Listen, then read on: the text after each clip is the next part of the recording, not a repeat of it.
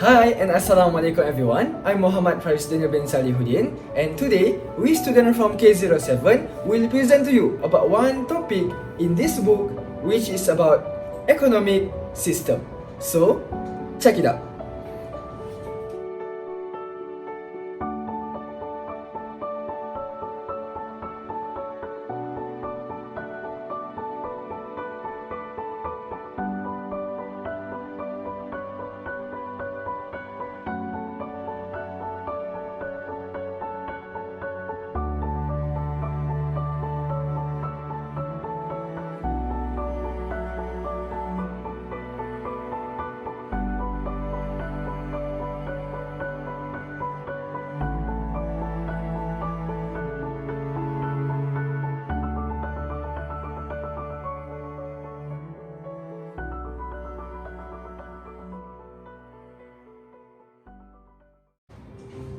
Hi guys, so basically in this video we are going to tell you about the definition, characteristic, merits and demerits of the capitalism and socialism, and also about the mixed problem in this mixed economic system.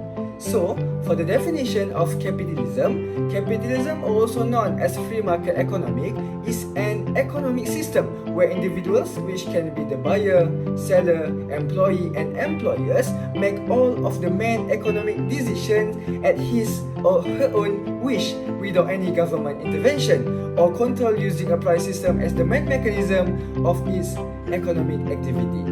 It is also can be characterized as economic freedom, and in this market, buyers and sellers will meet and enter into transaction. Move on to the characteristic of capitalism. The first characteristic of capitalism is private ownership of resources, which means every individual in this country has the right to accrue private ownership of resources and private individuals. For example, there are also certain public facilities provided by the government for public usage, such as roads, clinics, and schools. The next characteristic is freedom of enterprise and choices, which means all the people in this country are free to own resources as well as to establish any enterprise of their choices. Furthermore, if someone wants to open a business selling fashion clothes, he has the economic freedom to operate the business. The third characteristic of capitalism is competition. A market economy is also characterized as being highly competitive among producers who aim to obtain the highest profit. For example, in the market of selling sports shoes such as Nike, Reebok, Adidas, and it was the brands that compete with each other in the same area of product. And last but not least is government intervention.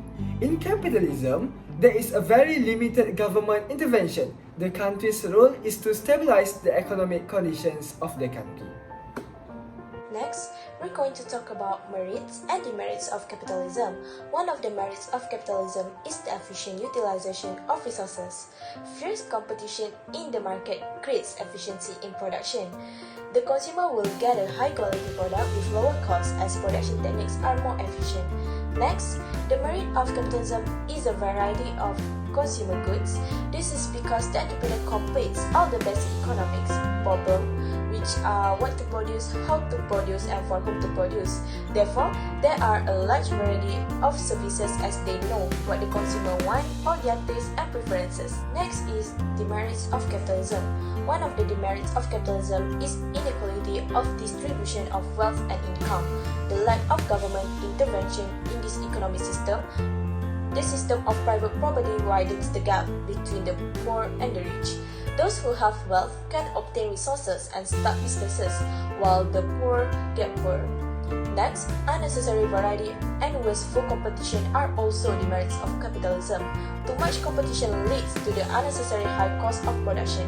A lot of money is spent on advertisement and publicity for pushing the sale of the commodity. Its burden ultimately is borne by the poor consumers in the form of the increased price. Assalamualaikum, my name is Nur Aisha Sofia and today I am going to explain 3 characteristics of socialism. First of all, socialism is characterized by public ownership of resources. All of the resources are owned and operated by the state or the government in the interest of society as a whole. It is to ensure equal opportunity to all citizens regardless of their income and to aim to fully utilize the country's resources. The next characteristic is the planning and pricing mechanism. The pricing process under socialism does not operate freely but works under the control and regulation of the Central Planning Authority. The prices are fixed by the government and not determined by the demand and supply. And lastly, the characteristics of socialism is central control and ownership. A socialist economy is a fully planned economy where the government intervenes in all aspects of economic activity, as in production, consumption, and the production of goods and services. Socialism, or also known as planned system or command economy, is an economic system where all of the economic decisions are made by the government or central authority. In this socialism system, there will be no private property rights since the government officially owns all of the resources. Hi, my name is Nuramira Nadia and today I am going to present 3 elements under the topic of economic system, which are first, the merits of socialism, second, the demerits of socialism, and last but not least, the third one is the basic economic problem in a mixed economy. To be frankly speaking, each economic system surely has its own pros and cons, and so does the socialism economic system. Well, there are honestly quite a number of merits of socialism. First of all, the major merit of it is that the production in this socialism economic system is according to the basic needs. This is because the production in a socialist economy is mainly directed at producing the basic needs of the people, such as the foods, the clothing, and also the building materials. In a socialist economy system, the productions of the goods as well as the services is not determined by the purchasing power of the rich in the society. Therefore, the phenomenon of the rich getting richer and the poor getting poorer does not exist in this socialism economy. Not only that, the second merit of socialism is that it also provides greater welfare due to less inequality of income. This is said to be so on the ground that socialism economic system practice equal distribution of income and wealth. Therefore, there will be no difference between the rich and the poor in the society, as this system provides equal opportunity for all of the citizens in earning an income. Plus, wealth is also said to be equally distributed in socialist economies since the private enterprise is limited. Next, another merit of socialism is that it also encourages rapid economic development. In socialism economy, the economy grows faster as it satisfies all of the main factors responsible for the rapid economic growth, namely the full utilization of resources, central planning, and also quick decision. The factors of productions are regulated by the Central Planning Authority, which refer to the government towards the chosen ends. Not only that, the government will also carry out the survey of resources and utilize them in producing socially useful goods and services, which will satisfy the basic wants of the people in the most efficient way. In addition to that, despite all of the 3 main merits I have explained earlier, better allocation of resources, no serious unemployment or recession and inflation issue will occur, and the guaranteed social welfare are also the merits of socialism economic system. Moving on, I will now touch on the demerits of socialism. The first main demerit of socialism is the loss of consumer sovereignty. This is because the Central Planning Authority or the government directs all economic activity in socialism. Therefore, the consumers have no choice and they have to simply accept whatever the public enterprises have produced for them. Hence, to be simply put, the consumer in the socialism economic system do not have the freedom to buy whatever commodities that they want, but they can only consume those commodities which are available in the department stores instead. In fact, the quantities that they can buy for the commodities are also fixed by the states or the government itself. Next, the second demerit of socialism is that it also includes the absence of competition. Since there are limited private enterprises in socialism economic system, less research and development, or also known as R&D activities, will be carried out. Therefore, this will result in the producing the low-quality product since there is no competition between the producers. On top of that, another demerit of socialism economy system is that this system is also said to be a bureaucratic economy. This is said to be so because it is operated like a control machine as it does not provide the necessary initiative to the people to work hard and relies on the cooperative nature of humans to work. Hence, it will soon lead to the lack of self-motivation as people work due to the fear of higher authorities and not for any personal gain or self-interest.